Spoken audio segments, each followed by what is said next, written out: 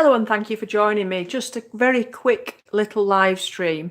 I've been doing this sparrowhawk this morning, and those of you that are interested in using Brusho, I thought you might like to just see this sort of halfway through in progress and how I use the Brusho with the ink and the watercolour.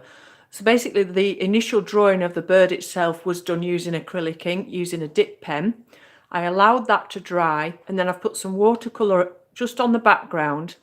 And then added the Brusho into the wet watercolour. Now the thing with this is you'll notice that a lot of it has gone over the bird. And one thing I wanted to talk to you about was the fact that you want to integrate your subject, whether it's an animal or whatever it is that you're painting.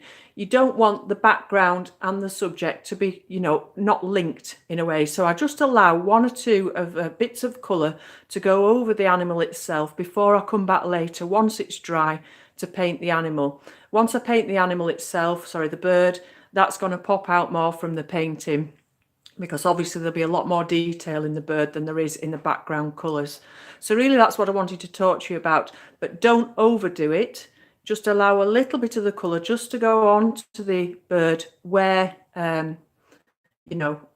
near the edges, but not on things like the eye and the beak, which are really what makes that character of the bird itself. So I'll come back later once this has dried, and then I'll carry on continuing with the mixed media. So with the medias I'm going to be using in this, like I said, I started with the ink, completely allowed that to dry, wet the paper around the bird, but one or two little bits of paint also on the bird, but not the whole thing. Then I dropped 3 colours of Brusho into that. So the 3 colours that I used were the lemon, let me correct myself, the sunburst lemon, which is a really bright, lovely colour. If you want to get a little bit of light back into a painting that you're doing, just a little splash of that sunburst lemon can really bring that colour back. The other one I used was orange and burnt sienna, and the choice of those really was because of the colours in the bird. He's sort of got a very brown feathers, but they've got a lot of orange and yellow in those browns.